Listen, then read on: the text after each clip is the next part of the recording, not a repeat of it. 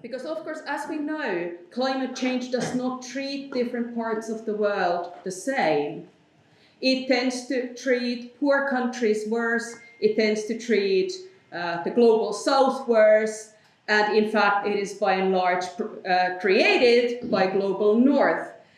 So these are all embedded in how global fashion system is in fact unequal. And what is interesting here is that you see very similar patterns whatever you look. These are multiplied when we talk about the problems of climate change and fashion inequalities. So for example, when we think of climate crisis and vulnerability, countries tend to be vulnerable partly because of poverty, because of infrastructure issues, but also because of geographical factors. So for example, I was just going to point out that one of these countries is Bangladesh. Bangladesh is world's second most largest garment producing country after China.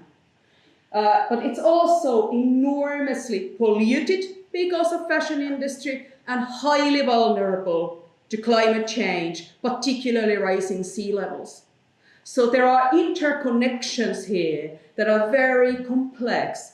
And I think what is important here is to try to spell these out far more clearly than the general level of knowledge. I don't think anyone thinks that fashion industry isn't full of exploitation and does terrible things to environment. But I find often, and I teach fashion students, I find often that it's really important to actually spell this out. To say, these are all the problems. This isn't just any sort of unmanageable, abstract thing. We are, in fact, talking of very, very concrete problems. I'm not saying they are easy problems. They're extremely complex, but I'm trying to give here first a general idea of the complexities and how they may reflect upon certain locations and differently to other locations. So who's actually responsible for climate change in large part? Well, this map is giving you a fair idea of what carbon dioxide emissions were just a few years back. We see huge problems there with, for example, the US. This is per capita. This isn't per country. This is per people. So US is leading along with Saudi Arabia, which is obviously oil issues there. So that's not fashion relevant directly.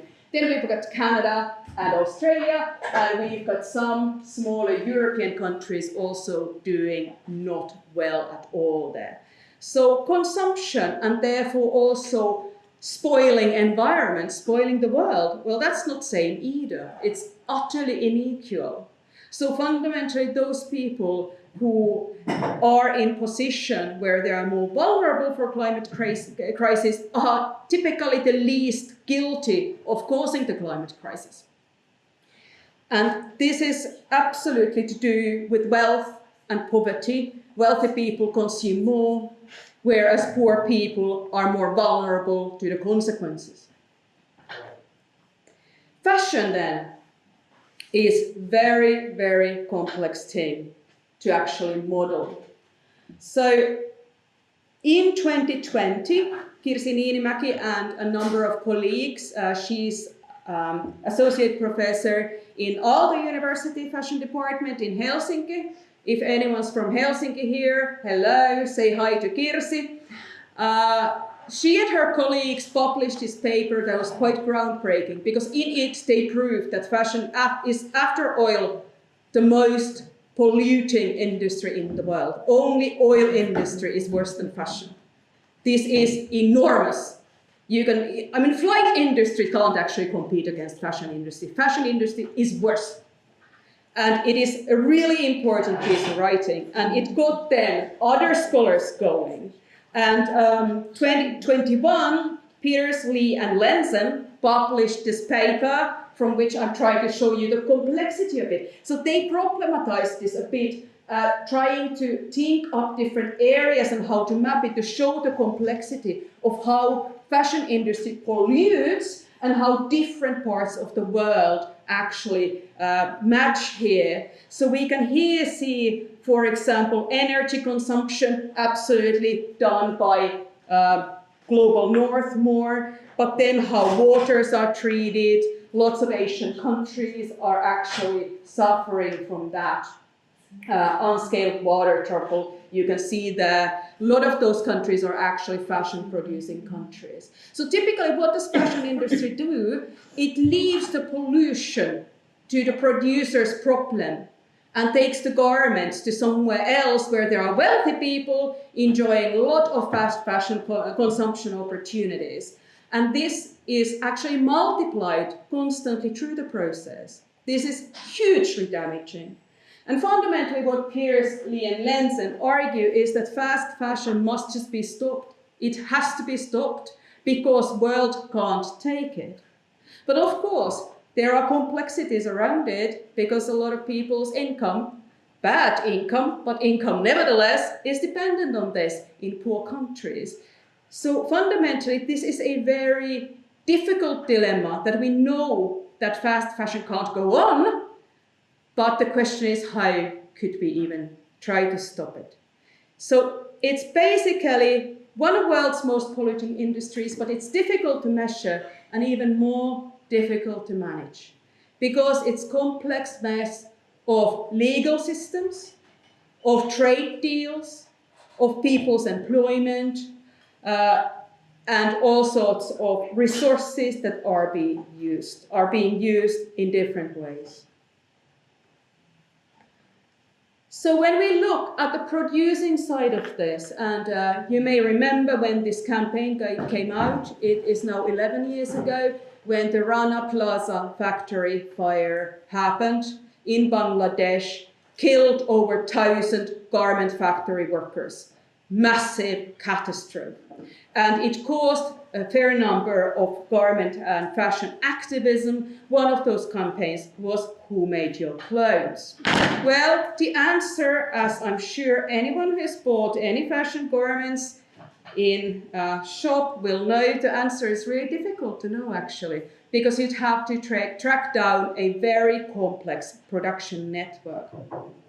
But fundamentally, we can say countries like this isn't necessarily the biggest. China is actually the biggest, but it gives you this idea of what the industry considers the rising locations.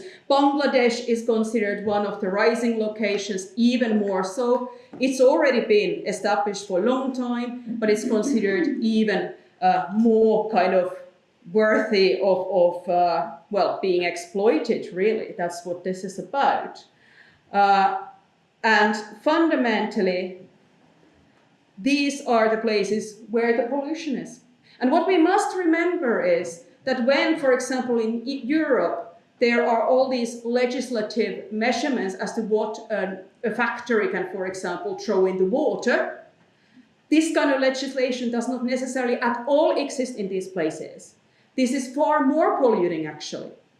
And even if there is legislation somewhere, it's typically not observed or enforced very strongly. So these are locations that suffer under both the climate change risk and the local pollution that comes from fashion production. And who wears these clothes? Well, I think you can give a fair guess at this type of point of the talk. Here we see US contributing to the consumption, UK next, China is starting to consume hugely. Japan is consuming pretty high. And then when we compare it to places in Africa, other small places like Vietnam, Egypt, India, consumption is much, much less. So this is the global picture that we're talking of here. That people who wear these clothes are not actually paying the highest price for them in terms of environment and in terms of social risk.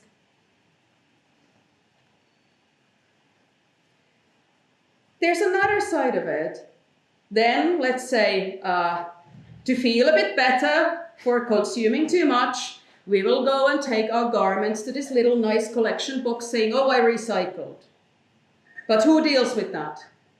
They are not actually, tiniest bit of them is sold in those shops that you see here on streets. Most of it from Europe is shipped to Africa. EU exports over 1 million tons of textile waste every year to Africa, every single year. This is enormous amount.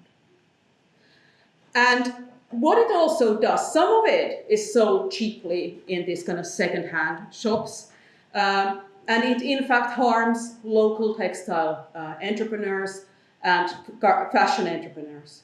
So it has impact directly on fashion, local, even sustainable entrepreneurs actually suffer because of this mass of discarded garments coming from Europe. But of course, even then, most of it isn't sold. This is Ghana. This is European garment waste, sitting there. Remember that large part of these garments that are discarded easily are of synthetic fibers or contain synthetic fibers. This means that when they're left there untreated like that, they actually spread microplastic to local waterways. So again, we see this multiplying. This isn't a simple problem. This is multiplying every step we take. Well, what do North Americans do with their chucked garments? They go to Atacama Desert in Chile, which doesn't look pretty either. And the same problems. A lot of it is actually microplastic. And there it sits in a desert that is so big that you can see it from the space. So if we think that someone wealthy enough goes to have some space tourism with Elon Musk and poisons the environment a little bit more, they can then enjoy the signs of Western civilization. That is what Western civilization has done in Chile, in Ghana, in other parts of Africa. It is really, really nasty.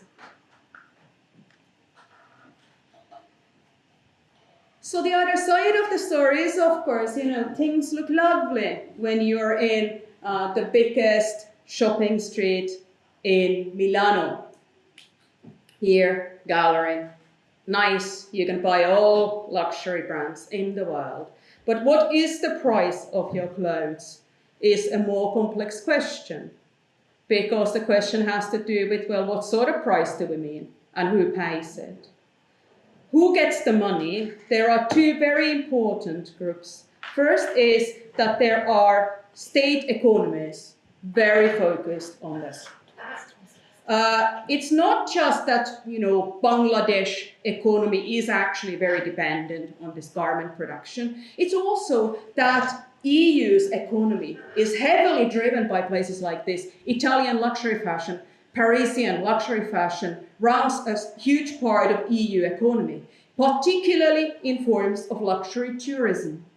When COVID started, Milan went into a total meltdown, first of all because the COVID crisis was bad there anyway, but in fact also because large parts of its economy live on luxury tourism. People coming there shopping Prada or whatever, Dolce & Gabbana, whichever happens to be your favorite. It's not just Italian brands, of course they have every international brand there. So state economies are very important along with fashion companies. So Louis Vuitton Moet Hennio, which is the holy or unholy matrimony between high fashion and champagne. They are the biggest biggest fashion brand in terms of monetary value. Interestingly, the one following them is Nike. Nike, who produces things that don't appear as luxury, but still cost enough and are desirable enough to make them the second biggest fashion brand in the world. Of course, these are the types of people who are getting the money. But the other side is who does not get the money. Garment workers' wages globally are really, really bad. So you get here some idea. So in Turkey, you might get, if you get the minimum salary, you might get a bit over 300 euros. In Ethiopia, you'd be talking of 23 euros. There are some differences in the statistics when you start looking at them. The point is less about which sources and which statistics we're using here. It is really the point that this is a pattern that keeps repeating itself and keeps multiplying the problems. The problems are layered. For example, in Turkey, there are lots of Syrian refugees who are in highly vulnerable position and work for local textile and garment trade. And they are not in much of a place to defend their rights because they are a vulnerable population that is often undocumented and very exploited. And of course, the other side of it is then, okay, you get money, and you might think probably, okay, perhaps in Ethiopia that's okay, money. But then when you start comparing, for example, in Bangladesh, we'll see if we can get that up again. In Bangladesh, what is the minimum wage and what would actually be a living wage? The gap can be huge. These are not living wages at all that are paid in a lot of places. Or if we look at China again, bit better looking situation, but China actually exploits Uyghur minority population in what is practically concentration camps. Here we come to one chapter in the book that I warmly recommend to you, written by Flavia Lo. Absolutely brilliant reflection piece where she tracked down how textile and fashion industry are fundamentally connected to the extremely brutal exploitation of Uyghur minorities by China in, well, slavery-like conditions, because these people don't choose if they want to work here. This is concentration camp. It is a huge, huge problem. So I warmly recommend that you read Flavia's chapter, but I also warn you that you want to be in a pretty robust mindset at that time, because it's a horrendous thing to read. Very impressive work, but really very upsetting text. So this brings us to a concept that I want to stress here. Fashion has so-called sacrifice zones. This is a very important idea. What are fashion's sacrifice zones?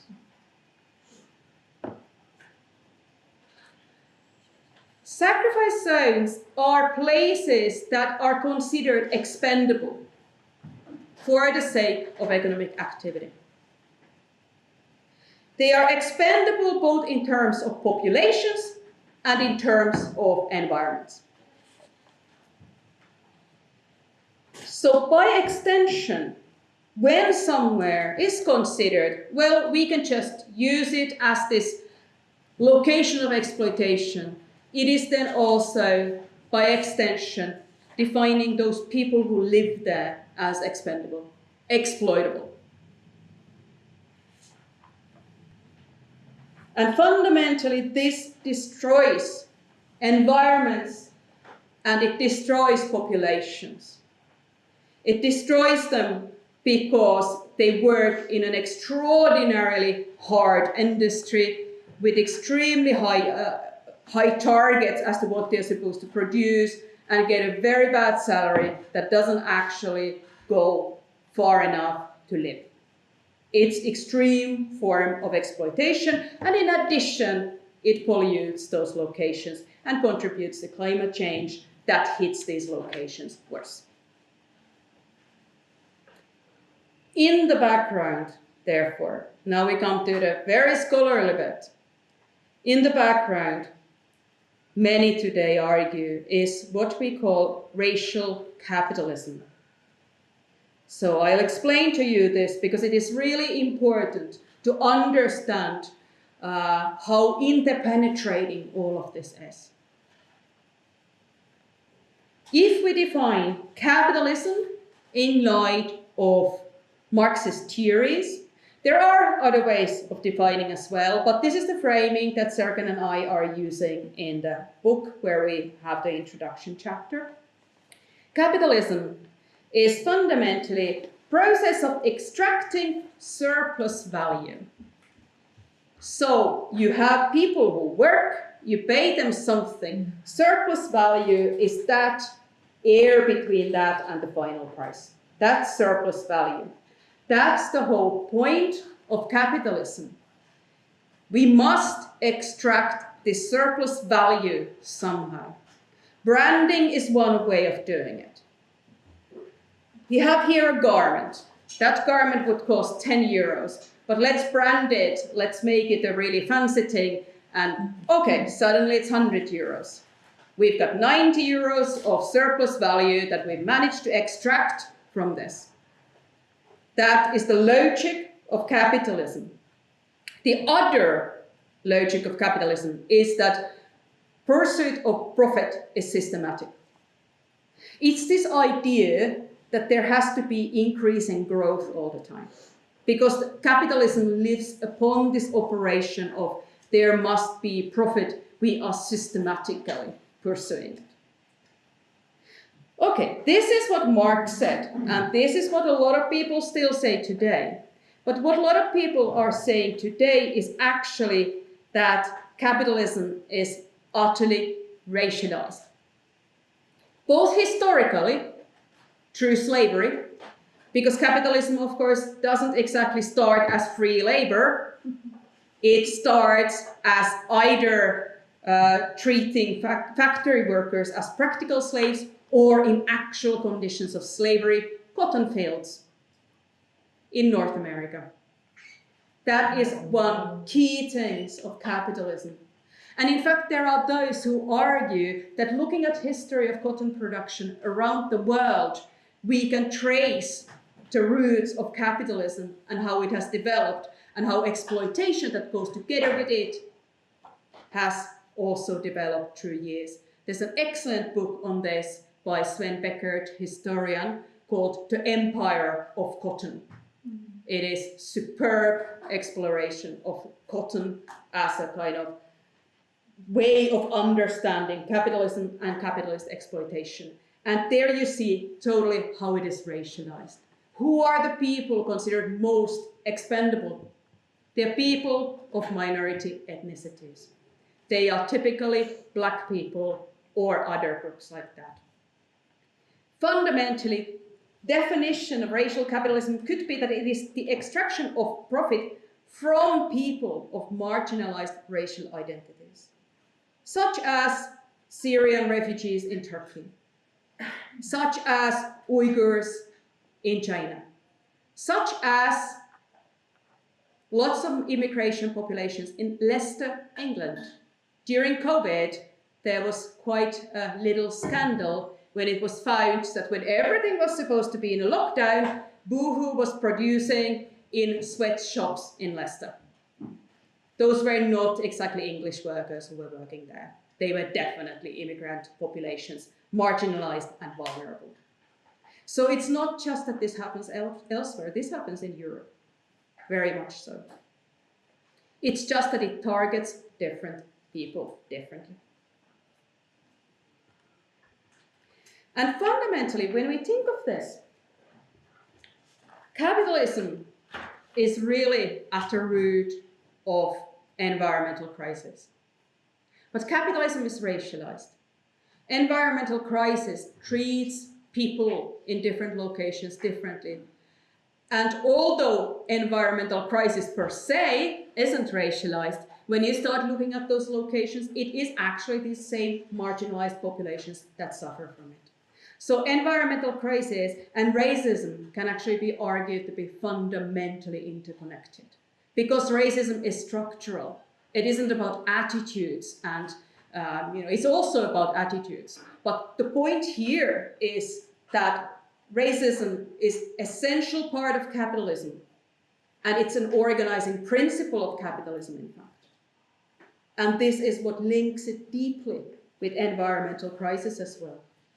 So the crisis of racism is in fact something that is at heart of these questions, because it's at heart of systemic exploitation.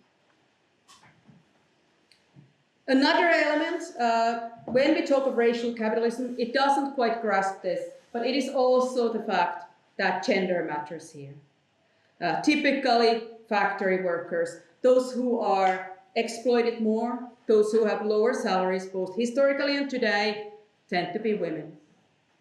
In factory conditions, there's also always present the risk of sexual harassment and even sexual violence. So we are talking again of vulnerable populations that work under conditions where they may not be any external supervision. Puts them into very vulnerable position, very dependent for their small income on their employer.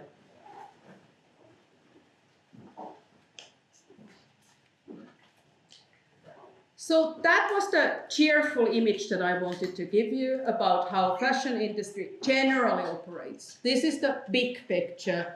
There are lots of details, but that's the big picture. Now we move to the other side of the story, fashion scholarship, and how that has tended to operate and to large extent still operates, although there has been some change in it recently.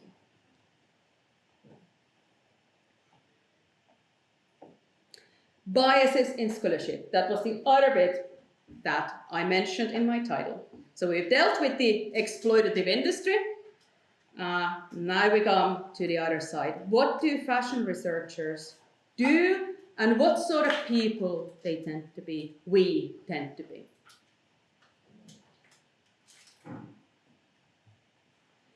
So fundamentally, this is what I say.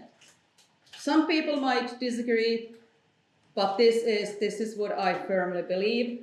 I have spent time in fashion industry, and I have spent more than 10 years studying fashion academically.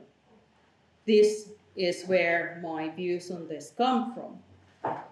I think that these inequalities shape also fashion scholarship, in fact. And there are several elements to it. First question is, where are fashion scholars typically located? Well, not in Bangladesh, if you want a hint.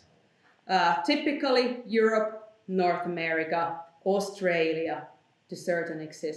Some Asian cities. But what is really interesting about this is that actually a lot of fashion scholars are located in big fashion cities.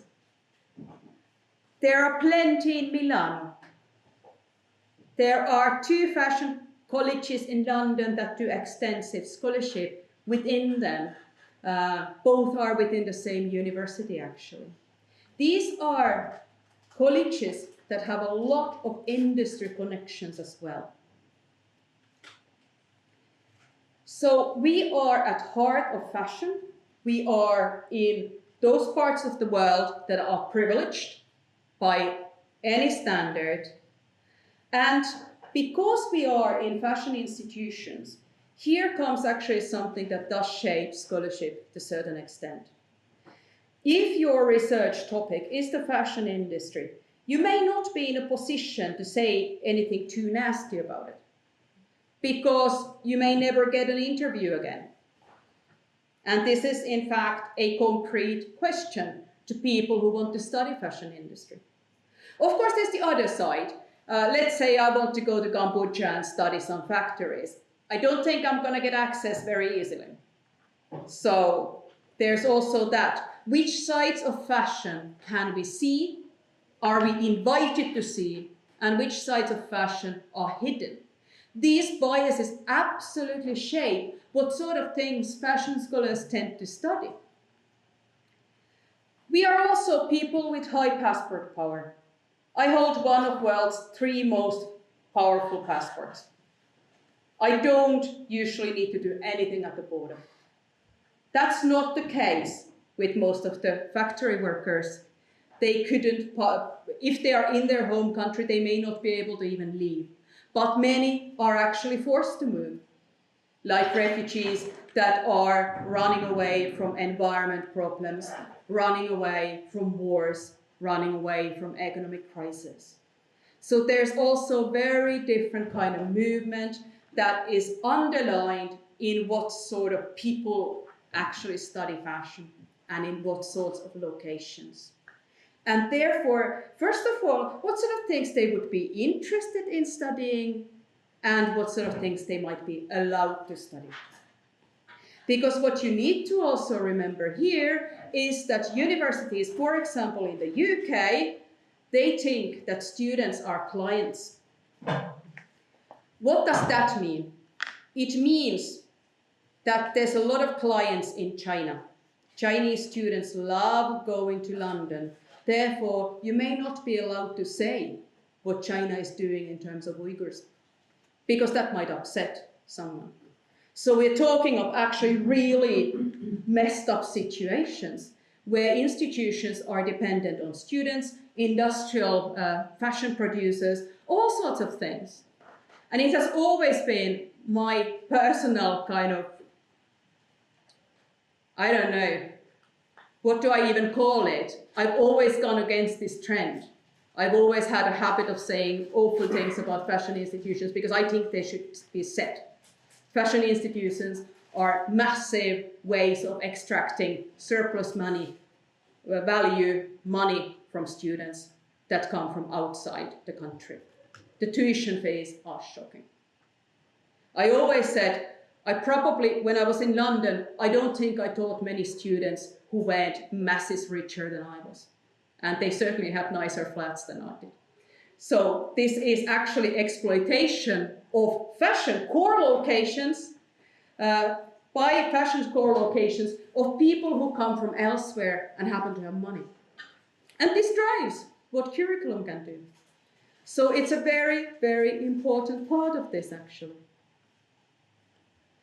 So what a lot of fashion scholars don't do is actually not studying these labor conditions or economy.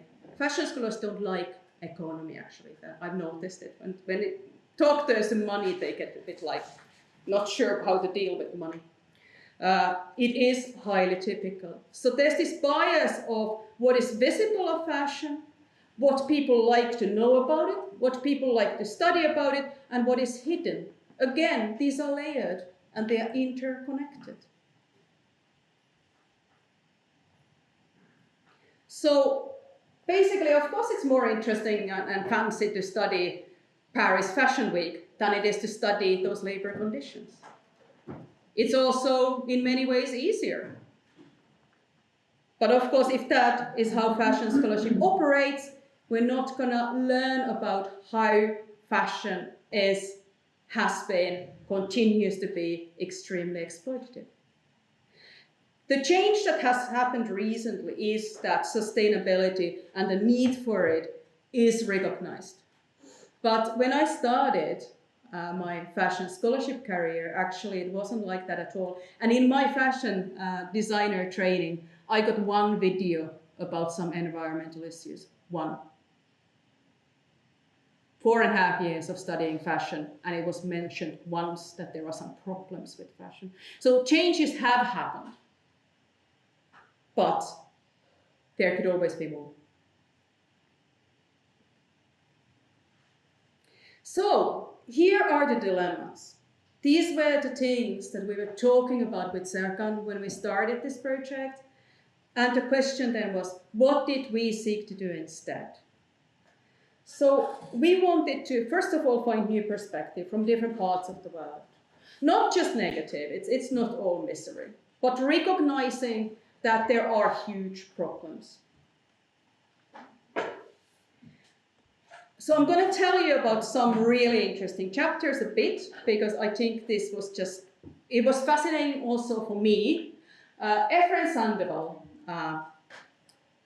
who's from Mexico, obviously, based there. Actually, I don't know if he's from there, but he's based there. He studied the border between Mexico and US and how it shapes fashion relations very differently for different kind of people. First of all, can you cross it legally? If you can cross it legally as a tourist to go shop in New York, you're going to be in a very elite position within the society in Mexico. But most people, of course, can't do this. So they're dependent, again, on these things that are kind of chucked out of US through the border.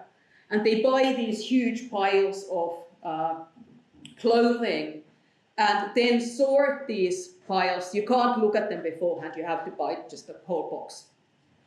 And then the task is to sort it, to try to create surplus value, so to try to create it as vintage, as opposed to discarded clothes. So it's actually really fascinating paper on how these different people negotiate these cultural influences and this ability to cross the border or not, as it may be. And what can cross the border? Goods can cross the border when humans can't, for example. So it's a really interesting kind of micro sociological paper on that regard. Another interesting one that I found, again, really fascinating. Serkan was studying cultural appropriation and its relation to recognizing labor. So the recognizing that when we talk of cultural appropriation, we are actually also talking of labor relations. Who's working and who's being exploited.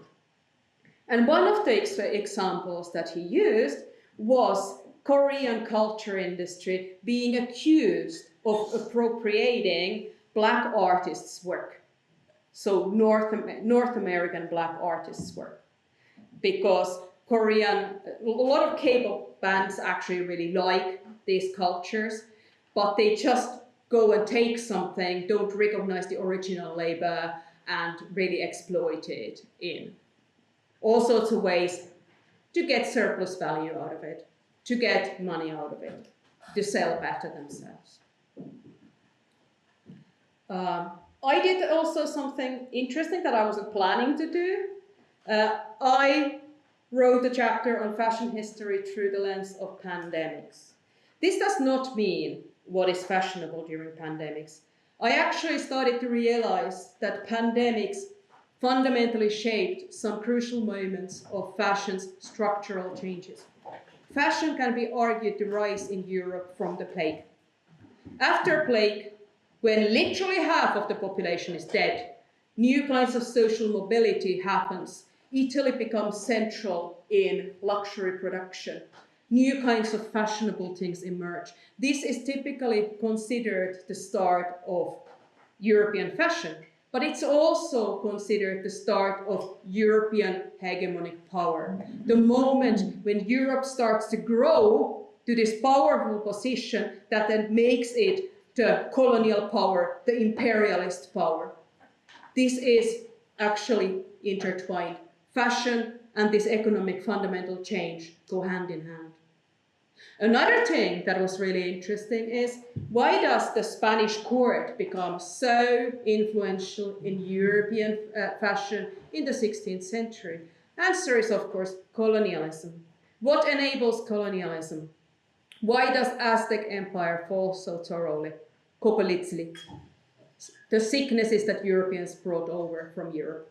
The horrendous conditions that they imposed upon the local population. In 100 years or so, up to 80% of the population in the area of Mexico, the indigenous population, died. This is what enabled Spanish court fashion. So I was looking into these kind of situations where you can see certain colonial structures in more illuminative light when you look at it through these pandemics.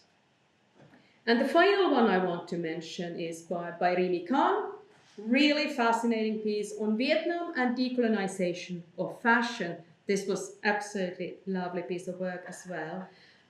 It is about this local brand, Kilomet 109, and it is about sustainability practices, so producing sustainably, but also producing from your own cultural background and influences, not through appropriation, but actually decolonizing stylistic influences.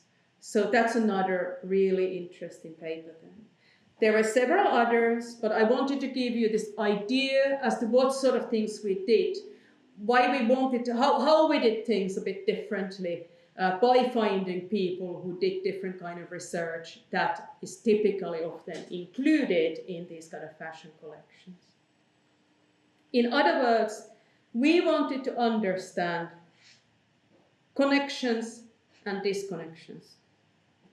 Connections in the sense how everything is interconnected, but disconnections in the sense of where are fashion scholarship's blind spots, what haven't we so far looked at, what is that which is spoken less of, what is that which is, if not silenced, then at least not so explicitly spoken of. Connections and disconnections. So I want to finish by showing some general thoughts that when I was preparing this presentation came to my mind. And I think this goes beyond fashion. So, you know, Elke, you were mentioning arts. It's the same thing. I think these kind of thoughts are equally important for other areas. World is complex, and if we don't admit that, and if we don't try to understand it in its complexity, it doesn't help us. And therefore, understanding the world can never be a one-person project. Collaboration is actually essential, and collaboration internationally, transnationally, is essential in this regard. And it has to be global. Another thing is, and this is something that I came to reflect upon during COVID, there is urgency. Climate change is an urgent problem. But urgency can fit quite badly with scholarship. In early days of COVID, all sorts of pretty speculative papers were published. And when one looks back to them, actually there are things that are simply wrong. No fact-checking done. And this is why urgency must not lead to fast scholarship. This is what I believe firmly. Historical scholarship is actually even more important than it ever was.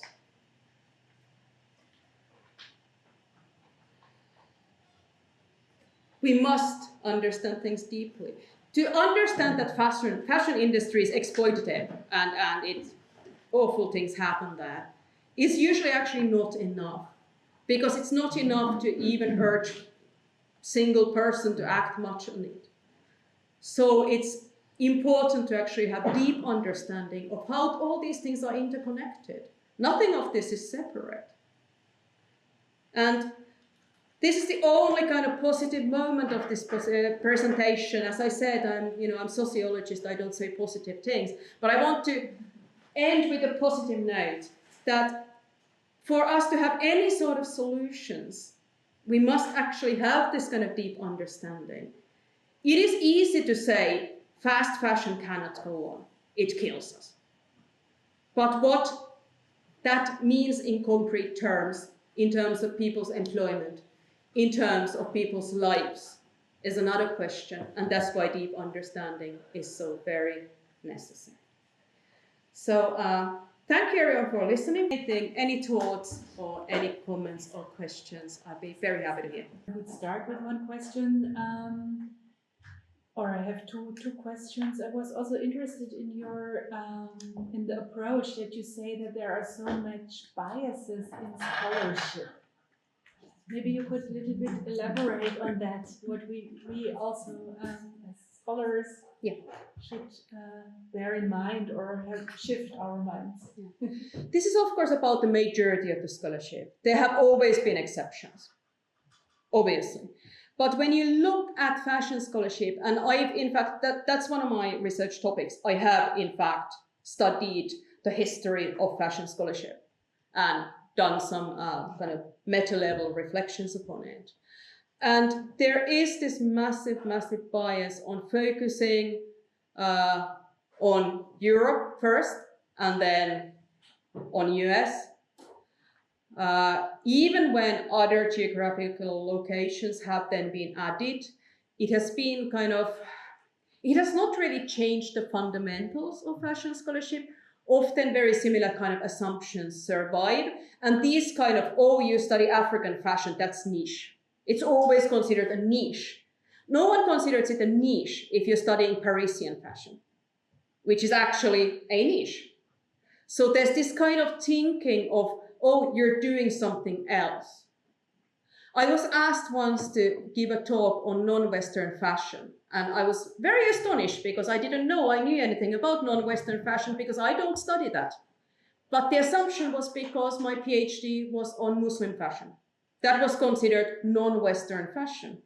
So I gave a talk on how I think it's problematic to use these kind of concepts. And this has fortunately stopped. But 10 years ago, people would actually go around saying there's Western fashion and non-Western fashion, which is highly problematic because it just takes this idea of Western and then kind of puts everything else outside of it as a bit of something else. But that has improved. So I think biases are getting less. But when you look at fashion scholarship, so early fashion scholarship before fashion studies gets established is utterly Eurocentric. It's that in every possible way.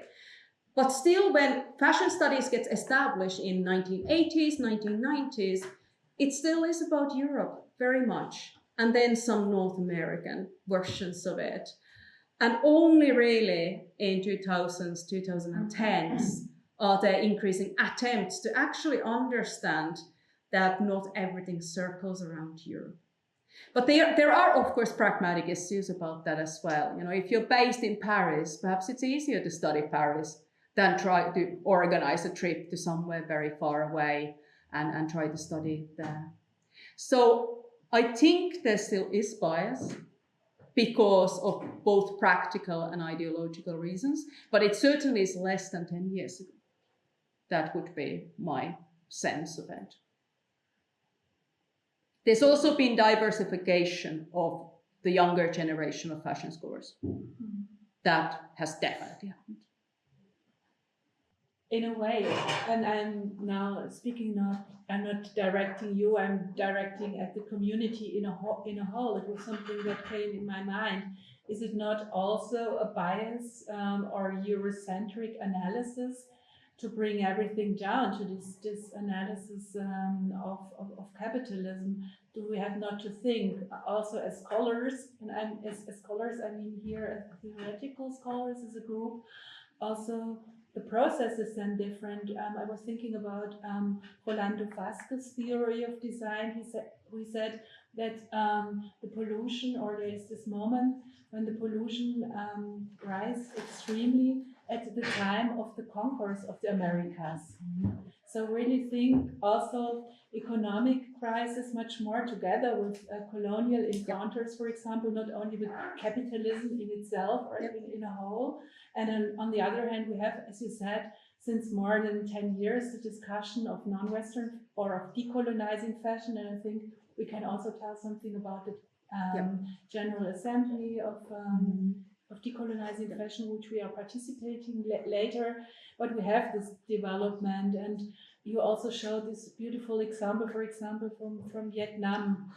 I have been to Bali about 1 month ago, and they have established such a great fashion program, which is theoretical, which is practical, and also based on local knowledge, on local wisdom. And these are things that are happening, and are we not, and I say we, our approaches like that really claim scholarship for biases. Is it not also a reproduction of biases to kill these new things that arose through this capitalism argument?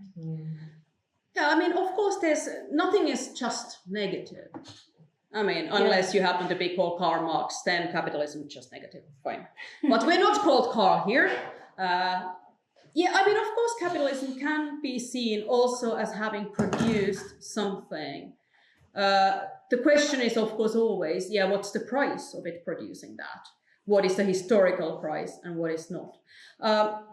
you're talking particularly about colonialism, and it's absolutely important, and these local decolonizing projects are absolutely crucial, I think. But there's also this kind of really interesting thing of biases that I'm hugely interested in figuring out whether Aztecs had fashions. The data is practically impossible to get because of the Spanish messing everything up. So, you know, it's kind of like a lot of things were wiped out. And that's why there's a kind of break in knowledge and break in history. And of course, that means that what will rise today can only rise from post-colonial consciousness. No matter how it says that we're going back to our roots, it's not possible, of course not. So yes, of course I'm all for these programs. And I don't think it would hurt any fashion institution to have a bit more mixed ideas of knowledge and knowledge production. But what I am thinking as a scholar here is responsibility. And it is the case that Europe and US are still not admitting their responsibility in this mess. So that's my target here. I've chosen my target that way. I could have chosen it differently. I have a question from the chat. What would you advise to researchers who want to challenge the issue of institutions only try to do the obvious research? Yeah. I mean, I always say, yeah, you know, don't bite the hand that feeds you if you can't feed without that hand. I chose to bite it, but that's not everyone's thing. No, I don't advise people to do that. I think what is actually quite important for a fashion scholar to understand is the history of the scholarship and how to then, through that history of the scholarship and its particular biases and its development during recent years, which has been positive, from that find your own place as to what do you want to do. Because that's fundamentally it. I think practically everyone does very obvious things at the start of their career because you need the time. You need the time to actually formulate your relationship with fashion studies or whatever your field is. It took me a fair bit of time to formulate my relationship to that. So there's nothing wrong to just with doing the obvious research in the beginning. That's a way of learning. But I've always found that the history of the scholarship that one is engaged with is enormously important to understand. I always say, how do you decolonize something if you don't know what you're decolonizing? It's crucial to know what you're actually planning to decolonize. Thank you so much for sharing your research with us, being here, spending time with us. Thank you. It's a pleasure to host you.